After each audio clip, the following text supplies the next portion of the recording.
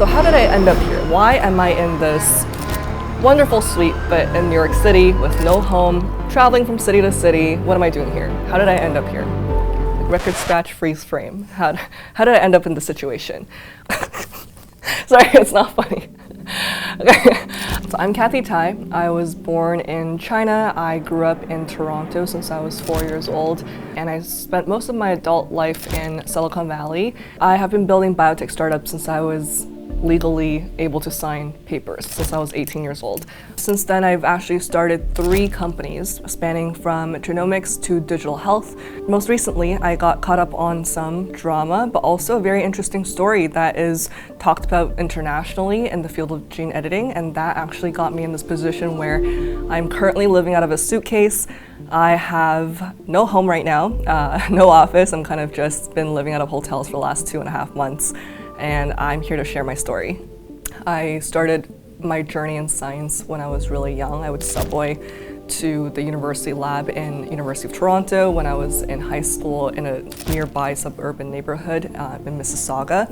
I really liked science for that reason, but I also was very aggressive and ambitious in the way I pursued it. So by the time I was 18 years old, I already published 2 papers and I wanted to start my own company. So I moved to Silicon Valley. I got backed by some venture capitalists there, so investors that were very interested in my work in genomics. I became a Thiel Fellow. It's essentially this billionaire Peter Thiel that funds young people under the age of 20 at the time to pursue their own startups, and quite a few successful cases have come out of that. And that's how I kickstarted my journey in starting a company in biotech at such a young age. Genomics is really DNA. It's the idea of being able to read DNA and write DNA.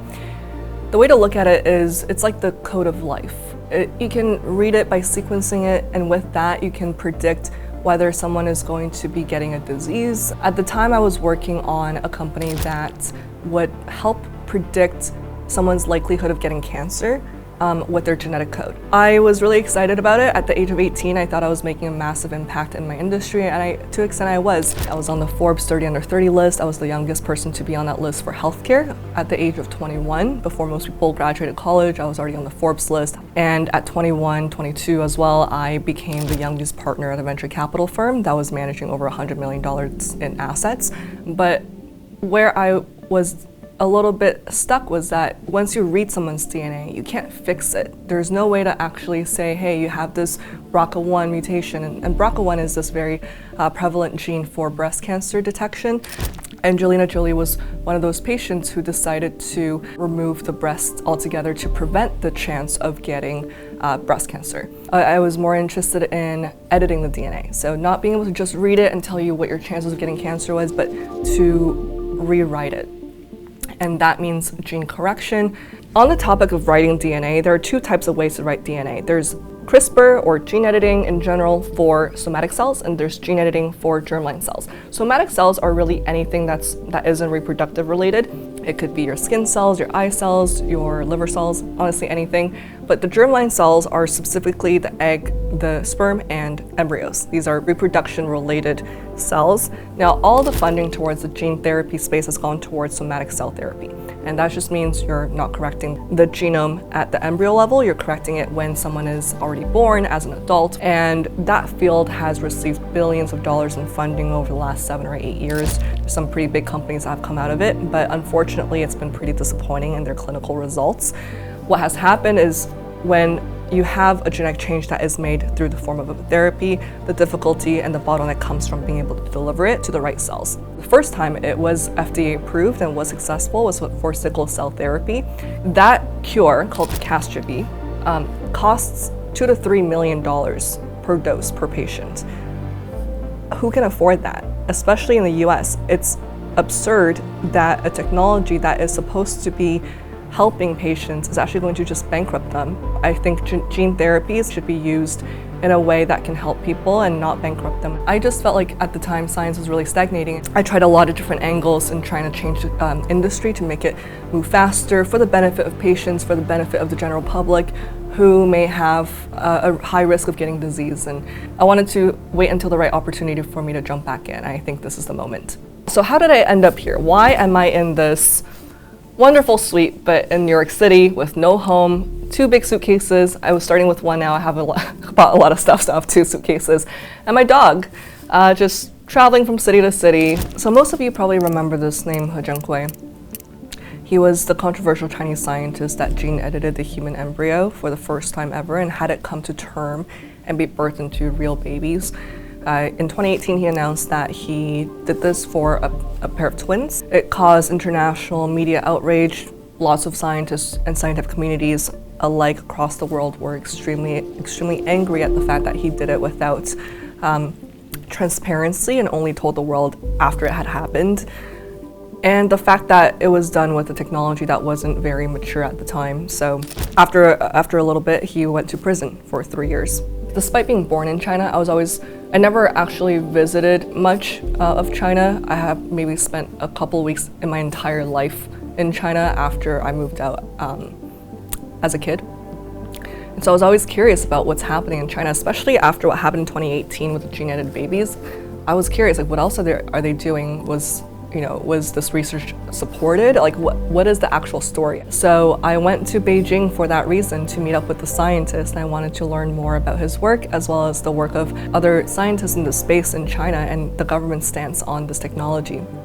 And what I learned is that it's actually such a more complex story than what is presented in the headlines. I think the biggest problem, from my opinion, is that it was done in secrecy. The world didn't know about it until afterwards. But the core idea of doing gene corrections in order to cure or prevent a disease is not inherently evil. Since the early 2010s, federal funding for this technology has been cut. Congress cut funding from FDA to review any of this technology to be approved, and now that's why there is no germline gene correction. Yet there is a lot of demand for it from the public.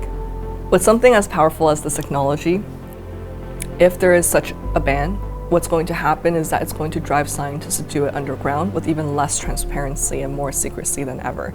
And that's actually really bad for everyone involved.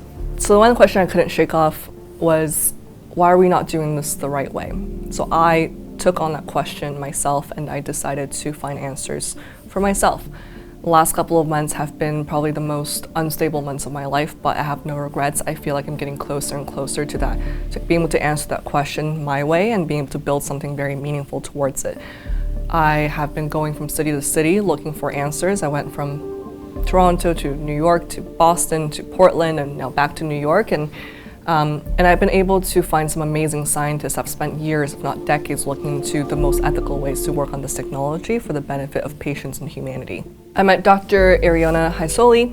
Ariona helped build Colossal as the first biologist ever hired there. Colossal is now worth over $10 billion. They do a lot of de-extinction work and recreated species that once went extinct. The direwolf, for example, is an extinct species that they brought back to life. She spent over 3 years leading the biology work at that company, and before that, she trained at George Church's lab at Harvard Medical School, the same lab that helped pioneer CRISPR editing in human cells. The next person I want to talk about is Dr. Shukrat Matalipov. He is a professor at Oregon University, and he is definitely a legend in this space. He discovered the first germline gene therapy, I would say, called MRT, mitochondria replacement therapy. It's essentially swapping out a bad mitochondria in a donor egg with healthy mitochondria through another donor egg. He was also the very first scientist to correct a genetic mutation in a human embryo. He just chose to not implant it, to have it come to term without ethics approval. You're not supposed to do that, so he chose not to do that and follow the rules. And that happened in 2017. Science is here, you can't deny it, but moreover, we're interested in exploring more about the ethical boundaries and how we can overcome these hurdles in this field to bring this technology to the public in a meaningful way.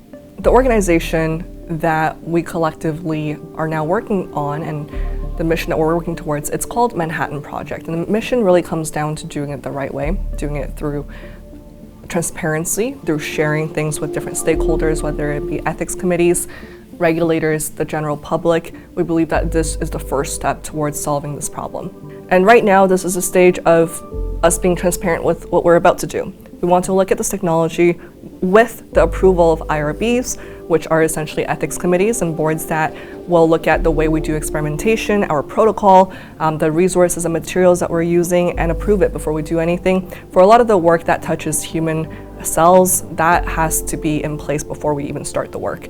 On top of that, we'll also be looking at animal models, just like how one would look at drugs in their clinical trials. You start with a lower level organism and then you proceed from there once it's proven to be safe and efficient. And we want to be transparent with the public in the process. What we don't want is the same kind of story to happen again after all the lessons that we've learned as an industry. I think this is the start of a movement. I believe that this technology has the potential to revolutionize medicine and the way we all think about medicine treatment. Many doctors would say that prevention is the best treatment. So if you never get the disease, you never have to go through suffering and get the drugs for it.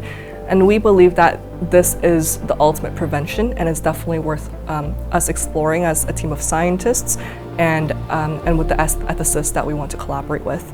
We also want to work with collaborators, institutions and other scientists and ethics committees that are motivated by the same things that motivate us, ultimately to reduce suffering for patients across the world and to do it cost effectively. If there are institutions that want to collaborate with us, or even an independent researcher or a principal investigator, we're open to sponsored research agreements, we're open to collaboration, we're open to co-publishing, and we're definitely open for talented scientists to want to join us to build the next generation of a very, very powerful technology that can revolutionize medicine.